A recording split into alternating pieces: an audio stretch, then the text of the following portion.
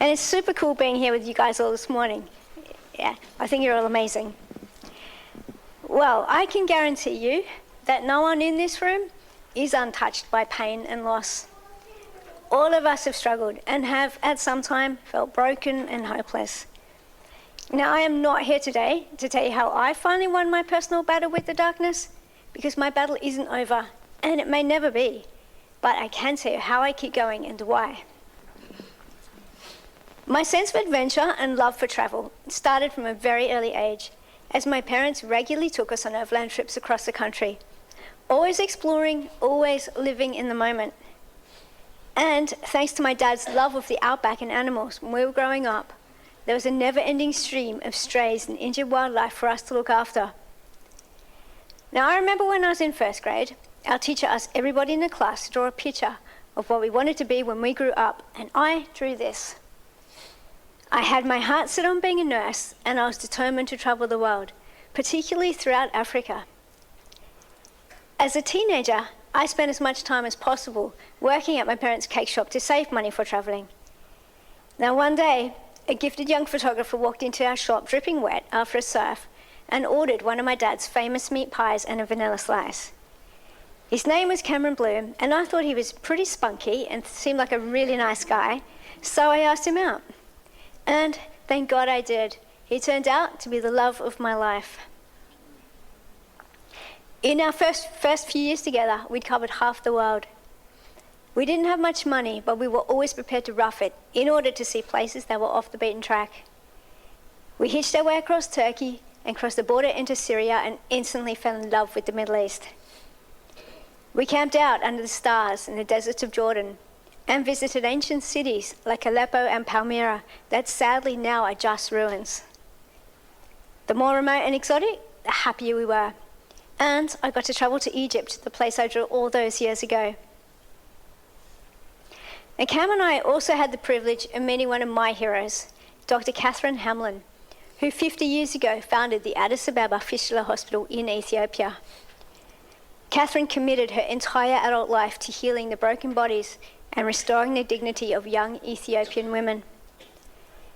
I am still in awe of the resilience and bravery displayed by these women, mostly just teenage girls. The humiliation and suffering they endured was heartbreaking. Catherine and her team represented everything I wanted to be when I first decided to become a nurse. After being together for almost 10 years, Cam and I got married, and a few years later, our family was complete, with 3 boys under 4, Reuben, Noah, and Oliver.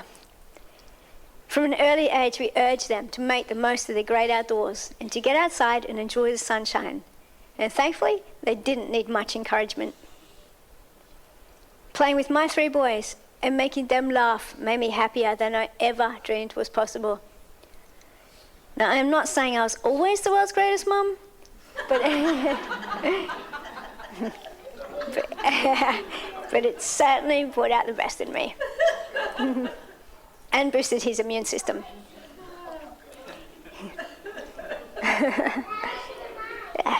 The ocean also played a huge part in our lives. Surfing was in our blood, and pretty soon we were doing everything together.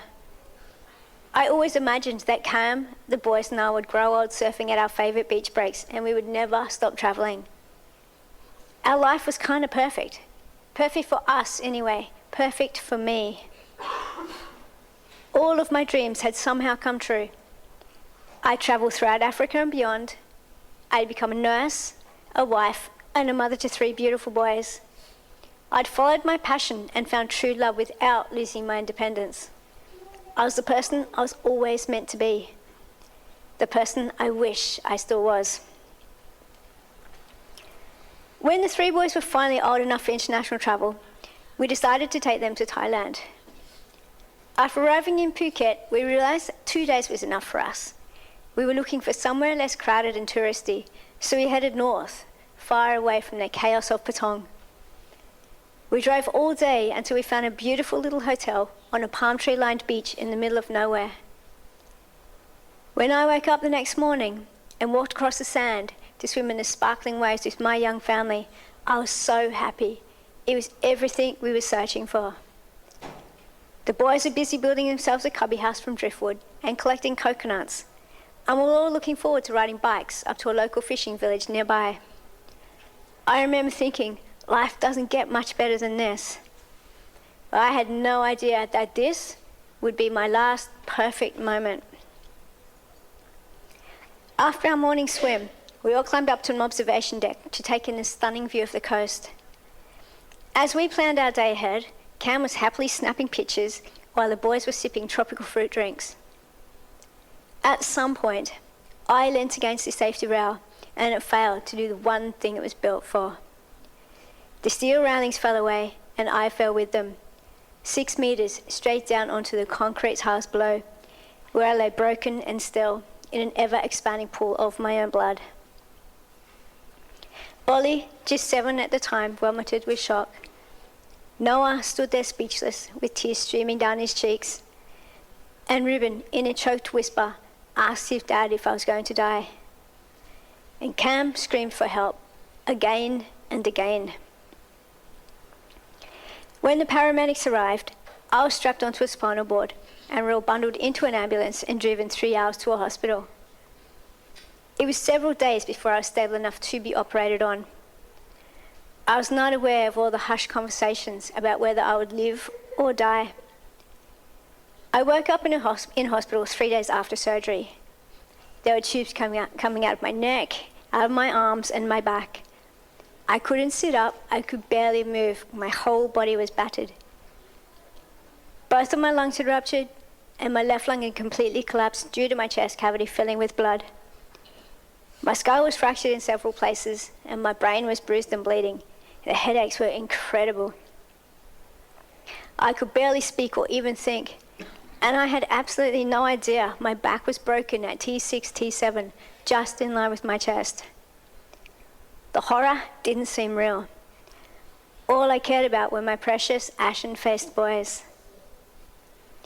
When I was finally reunited with Cam and the boys, I kept apologizing for ruining our beautiful holiday. Seeing my family suffer, all because of me, made me feel sick with guilt. I mean, what kind of idiot falls off a balcony? What kind of mother exposes their children to this kind of horror? And what kind of wife shatters her body and her family and leaves her husband to pick up the pieces? I felt so terrible for putting them all through this. Once stable enough, I was transported to Bangkok, where plans were made to medevac me back to Australia. And none of the Thai doctors actually told me I was paralysed. They said I was suffering from spinal shock and normal nervous system function should return. A long 3 weeks later, I was finally flown home, accompanied by an Australian doctor and a Thai nurse. I remember how embarrassing it felt being wheeled through Sydney Airport in my Thai Airways pyjamas with everybody looking on. Instead of the excitement of being greeted by family and friends, I was met by ambulance officers and taken straight to the spinal unit at Royal North Shore Hospital in Sydney. And this is where I learned the awful truth. A young doctor came to see me after reviewing my MRI scans to tell me that on a scale of moderate to severe, my injuries were definitely severe. I then nervously asked him the question I never wanted to ask: will I walk again? The absurdity of it overwhelmed his bedside manner, and he gave me the answer I never wanted to hear. No, you won't. I cried pretty much all day, every day for the next month. Sleep was my only sanctuary. I craved oblivion and I hated waking up.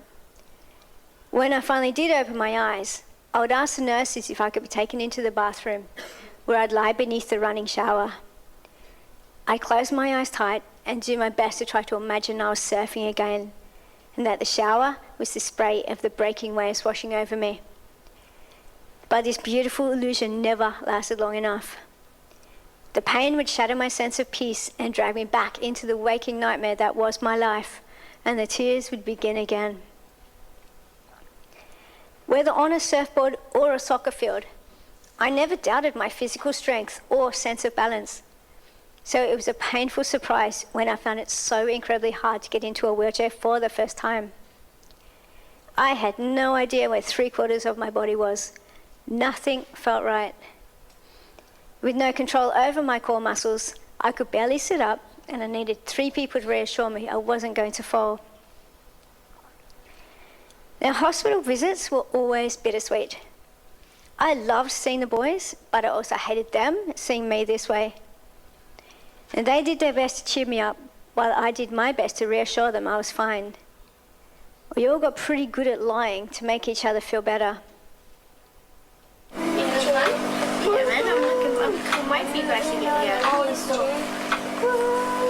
I'm ready. I put the first. Yeah, it's Easter. I haven't even given you a kiss.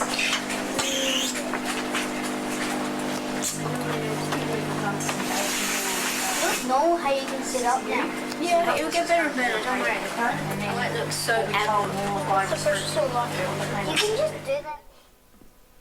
Now, while I spent a total of 7 months in hospital and rehab, Cam was frantically building ramps and knocking down walls in our house to make it more accessible.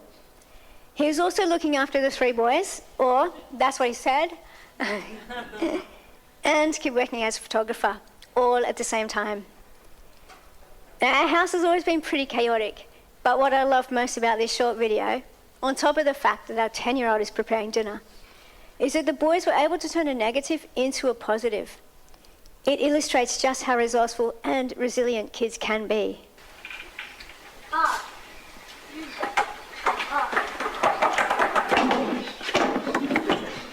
Could you get it? Cam was amazing, but despite his heroic efforts, there were some things he couldn't fix. No one could. So what may surprise you is that the worst day of my life wasn't the day I fell and broke my back, or the day the doctor told me I would never walk again. It was actually the day I came home from hospital. I have always loved our house, but when I wheeled through my front door all those months later, I realised that nothing would ever be the same again.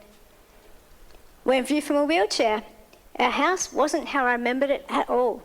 The perspective was completely different. The once familiar sanctuary of love and comfort became an alien landscape strewn with obstacles. This wasn't the precious nest I'd made for my 3 babies. It didn't feel like my home. I didn't belong here anymore. My accident had made my husband both a single parent and a full-time nurse. Even my kids had to help look after me. Early one morning, when Cam had to leave for work, and I was trying my best to be independent and get dressed myself, Ollie wandered into our bedroom and without hesitation helped me pull up my undies. It was humiliating, and I hated that the roles had now reversed. But Ollie thought nothing of it, and he happily chatted away like normal. Of course, I appreciated his kindness, but it still tore me apart. I had become completely dependent upon other people. I felt like I was a burden to those I loved most, and I was no longer my own person. Filled with shame and anger, I shut myself off from the world, and I didn't want to see any of my old friends because to me, they represented the life I had lost. And seeing everybody heading off to the beach or going for a run just rubbed salt into my very raw and open wounds.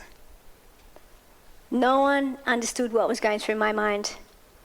Not that I wasn't grateful for the wonderful people trying to help, but I felt broken and useless. I was a prisoner in my own body, 3/4 of which was all but lifeless. All I wanted to do was to get back out on my surfboard or my mountain bike and be free. I just missed the old me. My sense of who I was withered away, as did my will to live. In those days, the constant pain and hopelessness was overwhelming, and I frequently thought about suicide. And I don't mean every other week or even every other day. I mean almost every hour of every day. The emotional breakthrough for me came when Noah found an injured baby magpie that had been blown out of her nest just outside my mum's house. Having tumbled 20 metres through countless branches to land in the car park below, it was a miracle that she was still alive. Now, we were sure she wouldn't have lasted more than a few hours if we didn't help. So we carefully picked her up, carried her back to the car and sped home. Now, the boys found an old laundry basket and made up a tiny bed. They were so excited, it was like we'd just brought home an adorable feathered puppy. Now we named her Penguin because she had wobbly, oversized feet, a short black beak, and a fluffy chest, just like a little baby penguin. Now the first few days were touch and go, but she quickly got stronger, and before long she was perching on a stick over her basket. Now, unlike most people, I don't wake up wondering whether my day is going to be good or bad. It's always going to be bad unless I actively do something to make it good, and nothing feels as good as helping others. Shoving food into that greedy little beak without getting my fingers nipped brought me enormous joy, and it actually brought our family closer together. The boys and I finally had something that made us all happy. I honestly thought we were saving Penguin's life, but what I didn't realize at the time was that, in a way, she was saving my life as well. And seeing that adorably ugly little face also helped me remember how to smile and even laugh for perhaps the first time since my accident. And whenever I was caring for Penguin, I instantly stopped thinking about my own problems. And it wasn't just me. Everybody's focus shifted to Penguin, which was a huge relief. Gone were the well-intentioned questions from friends and family about how I was feeling and how sorry they were for what had happened to me. Everybody was way more captivated by our crazy little bird. The boys suddenly had a reason also to race home from school. Penguin's beautiful song welcomed them home every afternoon and filled our house with a positive energy that genuinely transformed our lives.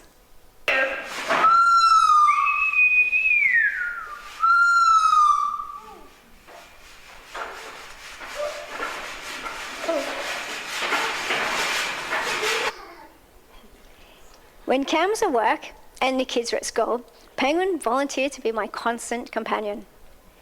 She would either be on my lap or on my shoulder keeping me company, and sometimes she even pretended to be my personal trainer.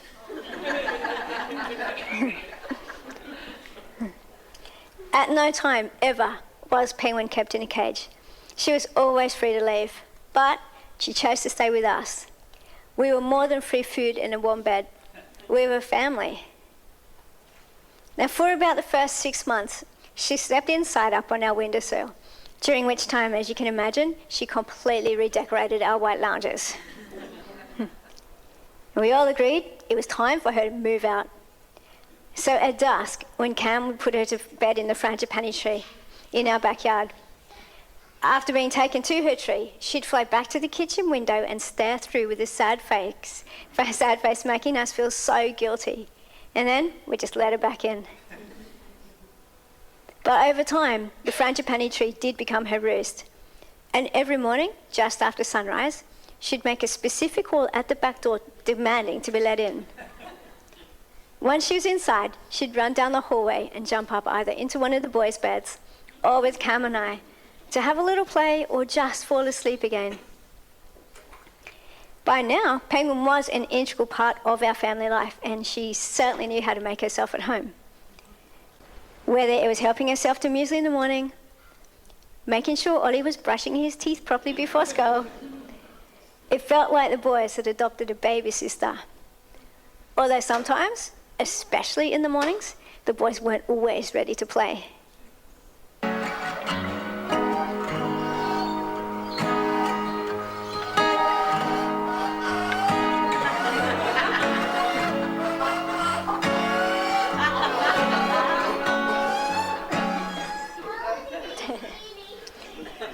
His eyeball was fine, by the way.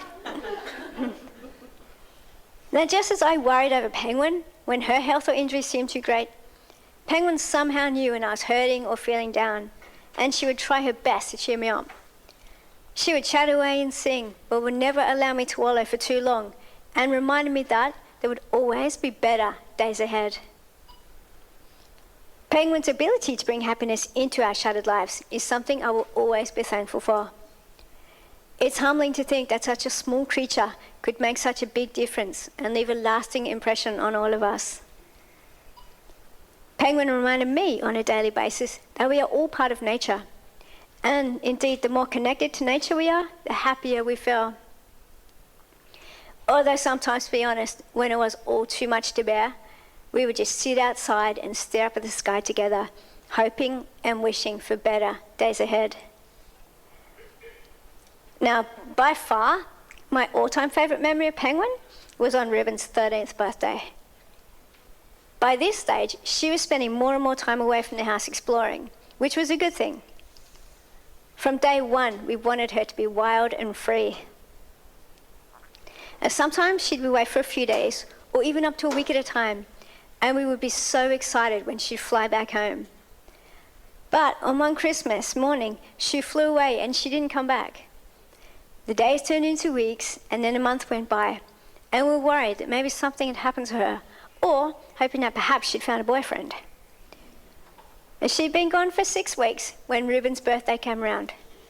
Now I remember saying to Ruben, "Imagine if Penguin came back today." To which he replied, "That would be the best birthday present ever." And then this happened.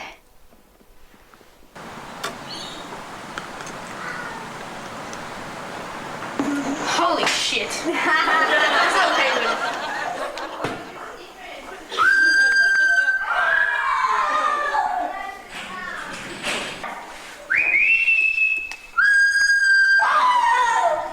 It's my birthday, man!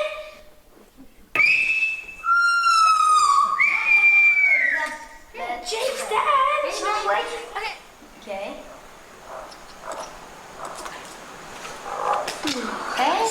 She always comes. She came back on Christmas, the exact same day. So random. I reckon you were sent by Jesus. No, seriously. What do you want, Penny? It was a pretty cool surprise, and I'm sorry about swearing, you guys. It's easy to fixate on what you can't do or don't have. After my accident, I couldn't think about anything except what I'd lost. Now, I used to complain at rehab that I'd never be able to do any of the things that I used to love doing, like surfing, mountain biking, and playing soccer. So I suggested to the sports recreational officer, maybe I could kayak. Within 2 weeks of coming home from rehab, I was on the water kayaking. At first, it was very unnerving, I'm not going to lie. I had visions of myself drowning while strapped into an upside-down kayak. But with the help of my family and a wonderful coach named Gay Hatfield, I soon got the hang of it. I began to glide across Narrabeen Lake with comparative ease. When I was out on the lake, I was surrounded by nature and finally free from my personal prison. I'd found something new, something that truly made me feel alive again. I loved the challenge, I wanted to get better, and I wanted to go faster. Life is so much better when you are working towards a worthwhile goal. I kayaked almost every day and started hitting the gym with a vengeance. My strength, energy, and morale increased enormously. I went in a few races, and in March of that year, I was selected onto the Australian Paracanoe team. And before I knew it, Gay and I were heading to Italy for the World Championships. At my best, I was 12th fastest in the world. And although I never won a medal in Italy, it was a wonderful experience to travel again and have Cam and the boys come over to support me. But while I love the benefits and excitement of elite competition, the truth is that winning races and medals was never my real goal. I just wanted to get back out in the water.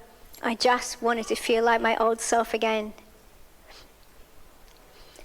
Now, before my accident, there was one place that meant the world to me. It was a rocky outcrop on the cliff at Palm Beach in Sydney that overlooked the Tasman Sea. It's where I went to escape, and also where Cam and I would take the boys for a bit of fun and adventure. After the accident, I craved the beauty and solace of our rock more than ever. But the kilometre-long, incredibly steep, rocky track to the top were the complete opposite of wheelchair accessible. When I was feeling down, I'd often visualise being up there, soaking in the view, smelling the sea air, listening to the wind whistle through the casuarina trees and the waves crashing onto the rocks far below. It broke my heart knowing that I wouldn't see the place that meant so much to me ever again except in my memories. And Cam always did his best to make my life more enjoyable, but this meant he often dreamt up weird and wacky ideas to get me out of my wheelchair and up on my own 2 feet. Although I always appreciated his efforts, being tied to the Bunnings trolley was not one of his finest moments.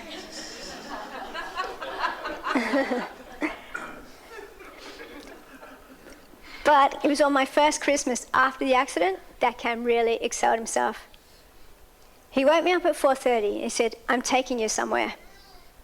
He bundled me into the car, and when we arrived at Palm Beach car park, I was mortified when I saw 4 of our friends standing there waiting for us. Now I had no idea why everybody was looking so excited. And it was then that Cam revealed my Christmas present, a handmade bamboo stretcher with my stripy beach chair tied to it. And he said, "We're going to carry you all the way to your rock." So the boys proudly lifted me onto the chair and took me more than 1 kilometre along the beach and then up the steep ascent to the top. Waiting for us at the very end at my rock was Reuben. My eldest son had climbed up half an hour before the rest of us and had covered the ground with flowers to make this amazing scene even more beautiful. I was so overwhelmed by everyone's kindness and so happy to have finally returned to this special place that has always meant so much and that I thought was lost to me. After eating breakfast, Cam and Reuben left me sitting on my rock, giving me what they knew I wanted most, the moment of peace and solitude I had been longing for. I sat there for a long time, looking out over the ocean and listening to the waves below, and surrounded by wild beauty on every side. I felt so thankful to be reconnected to nature and grateful for the reminder that I could be sitting at home feeling sorry for myself or sitting in this awesome spot feeling the best I had in months. As I thought about this unforgettable day, I realized anything is possible if you are creative and determined enough to make it happen. And perhaps most importantly, I've learned that having the courage to ask for help when I need it can mean acknowledging that you can't always do everything on your own. After my accident, I was forced to give up doing many of the things that made me feel happy. But knowing my rock is still within reach makes me feel better about the many challenges that lie ahead. Now, every day, someone somewhere in Australia will have their lives devastated by a spinal cord injury. I have not accepted that I'll be in a wheelchair for life, and I never will. But while I'm desperately waiting for a miracle to happen, I have to adapt, stay fit, and find new ways to live the best life I can. That's not to say I don't feel down from time to time. Oh, I definitely do. Some days are incredibly hard for me. And even on my good days, I still hate what has happened to me and the devastating impact my injuries have had on my family. But I have learnt the hard way that there is something that can affect anyone and is even more debilitating than a spinal cord injury, and that is self-pity. Sitting around feeling sorry for yourself will not make you or anyone else feel better. It will not make you stronger. It will not make you a better person, and it will not help you win your personal battle with the darkness. Now, I want to tell you about a journey I think about when I do start to feel sorry for myself. My very first trip to West Africa was on my own when I was 22. Cam had to fly back to Australia for work, so I took up a private nursing job in England to save up enough money to complete what was for me something of a personal pilgrimage. I flew from London to Dakar in Senegal, where I joined an overland expedition that was travelling across the African continent by truck. Now, I didn't know anyone, but luckily there were several other young travellers from Australia on board who I quickly bonded with, and who were great fun, including a lovely young guy from Wagga named Anthony, an extremely thoughtful person with a big heart and an infectious smile. Everyone who met Anthony adored him. Now, Ant's lifelong dream was to see the mountain gorillas in Uganda. He was so excited that at age 26, he was finally going to make this a reality. Now, it wasn't the most comfortable journey, bouncing along endless, bumpy and dusty roads, but we all had such a fantastic time. After Senegal, we drove through Mauritania, Mali, and then on to Burkina Faso, where I had my day pack containing my camera, cash and traveller's checks stolen, leaving me stranded. And it broke my heart, but I had no choice to fly back to London, promising Ant and the others I'll try to meet up with them later. It was heartbreaking to watch the truck rumble away without me. Now, Aunt and my other friends travelled on through Benin, Nigeria, Cameroon, Central African Republic, and the Congo. When the truck finally crossed the Congolese border and arrived in Uganda on the 25th of August, 1994, Aunt could hardly contain his excitement, knowing that the very next day he was going to see the mountain gorillas. I'm told it's pretty much all he could talk about over dinner, and even afterwards while washing dishes in the huge, colourful plastic tubs set up on tables beside the truck. Aunt had such a great sense of humour, and in my mind I can clearly see him laughing and his eyes lit up by an African sunset as he scrubbed pots and dried plates. But at that moment, without warning, violent terrorists, local rebels, or possibly a paramilitary unit from neighbouring Rwanda threw a hand grenade at our truck, and it exploded right where Anthony stood. Anthony bled to death on the way to hospital that night. He never saw a mountain gorilla. He never turned 27. His killers were never brought to justice. It hurts so much to share this story, but it's so important you understand that life is such a fragile and precious thing. And my life has not been easy since I broke my back. But who am I to complain about my misfortunes while I'm still alive? And so many wonderful people like Aunt aren't here to chase their dreams. No matter who you are or what you've been through, you are blessed to be alive. Because as long as you are alive, there is hope. And with hope, just about anything is possible. Now, self-pity will throw 100 reasons in your face to give up. But you only need one reason to keep going, because you're alive, and therefore you can. Now, kayaking gave me the confidence to get back out in the water, but it took 5 more years until I was able to reconnect with the ocean again. At first, I was afraid of the water. I didn't think I could swim or enjoy the waves anymore. I was embarrassed about my withered legs and weird swimming action, and I hated being carried to and from the shore break. It wasn't how I remembered it at all, but then, why would it be? Instead of shutting myself off, I listened to the encouragement from other surfers, and then I tried again.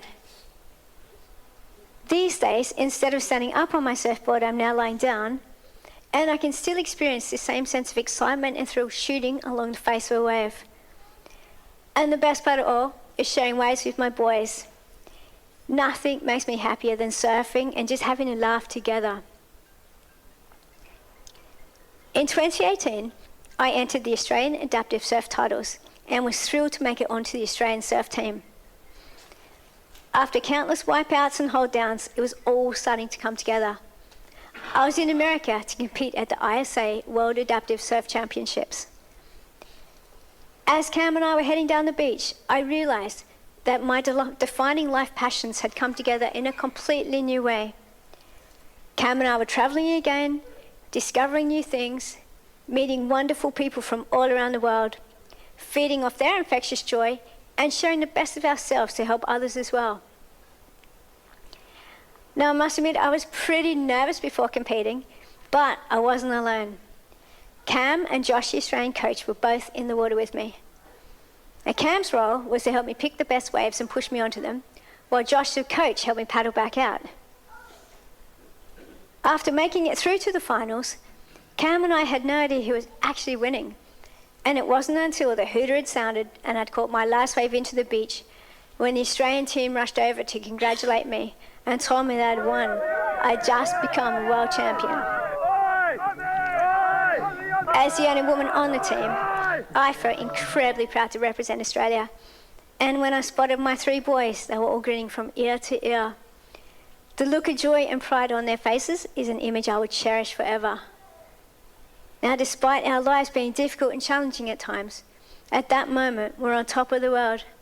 And, as you can see for once in my life, I was taller than everybody else. Frequent lows and rare highs, gravel and diamonds. That's what almost everyone's life journey looks like, and mine is no exception. Perhaps my lows are a little lower than most, But maybe some of my highs are a little higher as well. Who's to say?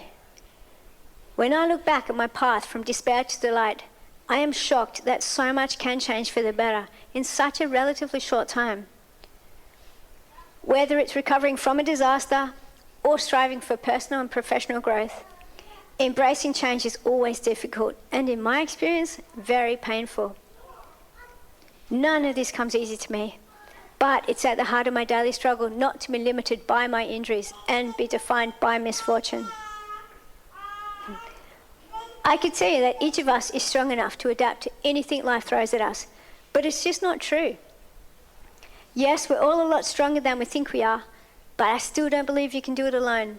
I know I can't. Now, I still wish I could run down the beach with a board under my arm, but I am stoked to still be able to get back out in the water and do what I have always loved.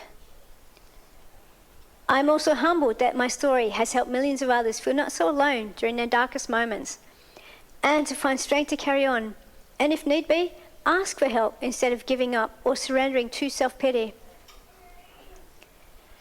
The great truth about life is that it is many things all at once, and some of those things suck, plain and simple. The remedy, to the degree that any exists, is to not let the misery of the bad prevent you from enjoying the good. And while this is far easier said than done, this is exactly how I can hate being paralysed and I still be grateful to be alive. I can be deeply unhappy about my pain and disability, but still be capable of great happiness. I can feel ashamed of myself for pushing my best friend away when I was depressed, and I can enjoy rebuilding that friendship. I can regret the tragedy that befell my family in Thailand 9 years ago, and still look forward to what life has to offer. I don't know that balance is the right word. It's not all or nothing. Life is always a blend of good and bad. And while I don't pretend I'm not hurting, I can still find joy and meaning in my life. If my story has taught you anything today, it is that we are never too old or too damaged to do the things that matter most. Anything and everything can be taken away from you when you least expect it through no fault of your own. You don't have to suffer a terrible accident like I did to feel lost, unlovable, or broken. We all face different challenges every day, and life can be hard and painful for anyone. So when life seems unbearable, do your best to remain open to hope and love, even if it's from a scruffy little magpie. It's not easy, but it makes all the difference. No matter how much you hurt or how bad you feel, accepting the love of others and loving them in return to whatever degree you can will help make you whole again. Trust me, I know. Thank you.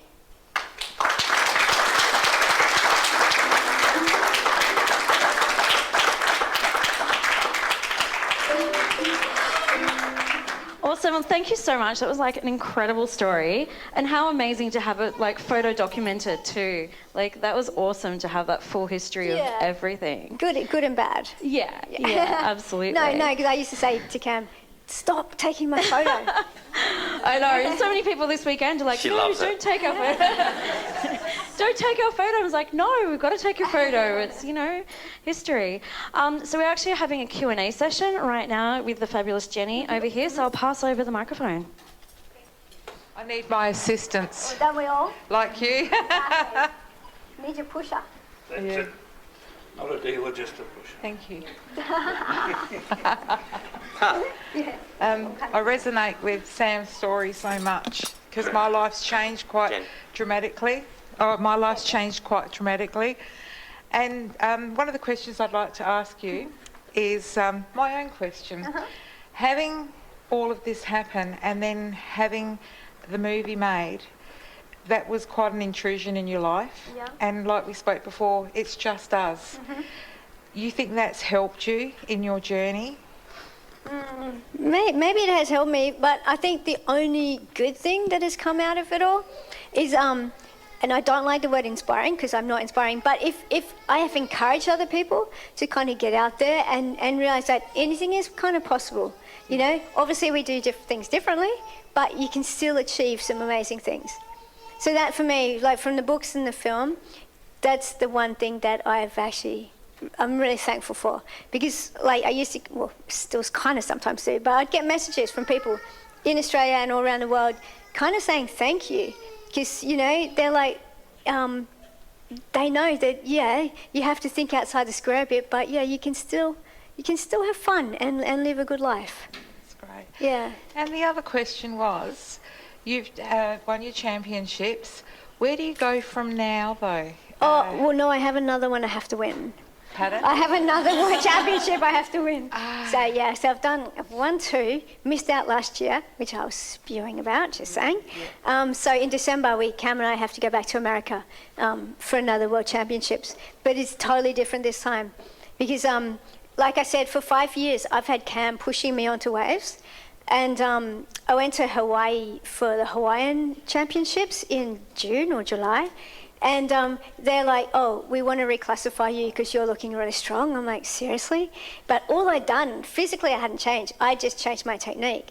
Like I started digging my arm in the water to turn my board more. And so they reclassified me and they're like, nah, you have no assistance now. So I was like kind of freaking out a little bit. So yeah, in Hawaii, I was very fortunate in Hawaii because, you know, I was just thinking, all I have to do is just catch a wave so I don't make a total fool of myself. But yeah, I was pretty fortunate. The waves were really nice and it was quite gentle. So, and I was up against the world champion in my new classification. So I kind of figured I have nothing to lose. All the pressure was on her. So yeah, and I was quite lucky because I caught a couple of good waves and I beat her.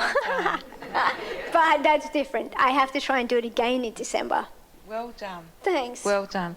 Now, I've got the microphone here. Is anyone who would like to ask some questions to Sam or Cameron? Yeah, or Cam. Too. Do you still have the bird? No, we had her for 2 years, and then she flew away the night before Cam and the kids came to Italy to see me. It was weird. So she came at the perfect time and left at the perfect time because I was in a much better headspace because I was busy, you know, and I had like a goal kind of thing. A purpose, I guess you could say. So yeah, so she'd done her job and she was like, I'm out of here. I know. I think she escaped. She'd had enough. Yeah, but she was with us for 2 years, so it was, you know, she was ready to go. Yeah. Yeah, she was worried about that honey vat, wasn't she? That was pure Hollywood. Anybody else anyone like to ask a question? No? Thank you. I've got great emotions by recording during and fractures and hearing your story made me very emotional. So thank you for sharing. Thank you. So incomplete spoken through, so obviously I can't use my ladies, but yeah, it was very emotional. Oh, thanks. Sad. Made all of us emotional.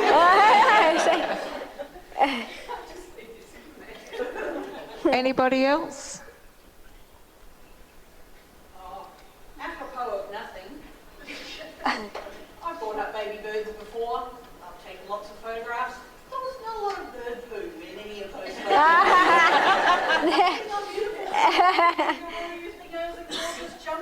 Oh, there was definitely shots of Sam with big stains coming down her shirt.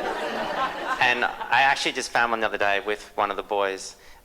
Penguin was standing on her head, and I think he was looking up, and I shoot like quite rapidly, and I thought, oh God, here we go, because you could always tell a bird's action. You know, they fluff their feathers, and then they lean forward, and then. And I thought, oh, here's my chance. And it just dribbled right down the cheek. And actually, one of the funniest things that happened during the filming was the very first day that Naomi came on set. We had about 14 different birds. They all did different things. Some of them were babies and so on. But her first introduction to a bird, the bird trainer had put it on Naomi's head, and she was kind of nervous. She wasn't a bird person, and within a minute, all the director and everyone was standing around. This bird shat right on Naomi's head, and it dribbled down her cheek and it went into her mouth. And the director was going, "Oh my God, we've just lost our movie star." It's like, there's no way she's going to stay on set. But she took it in her stride and she was amazing. Yeah. Yeah. Hayley got emotional during that had to leave the room, but we had an accident in Thailand with her 3 years ago. How lovely is the Thailand hospital? It depends which one you go to. Like, we were in a very remote spot at the time. And so the very first hospital we went to was like a little tiny clinic. They didn't speak any English. They actually did perform an X-ray on Sam, and through interpreters they said, "You got to get to a much bigger hospital." So we spent about 4 hours driving north. The boys were all bundled into this ambulance, and we were doing 160 kilometres along this road, and bumpy, and I didn't know if Sam was going to make it or not. And it was only until we got there, this beautiful private hospital, that it was, really lovely. And then eventually on to Bangkok to even a better one. The Bummengrad Hospital. Yeah. A big, teaching hospital. Oh yeah, I think that was the least of our worries. You had travel insurance? Yeah. Yeah, it was. We did, and I think it wasn't it our visa? Just. Yeah, I think we spent like X amount of money, so then we had the insurance from our visa, because it's expensive. I think the bill was like 80 grand or more just for the operation. Is that right? I don't know. My memory is pretty sketchy, but and then I assumed we paid for our airfare home. No, that's covered. Oh, okay, yeah, but no, it's not cheap. No. No. So yes, always have insurance. Oh, yeah. Because you never know what's going to happen. Yeah. Anybody else? No. Well, thank you very much. Thank you guys. Thanks for listening to our story Oh, it's and beautiful. inviting us here. Yeah, it's been real cool. Thank you.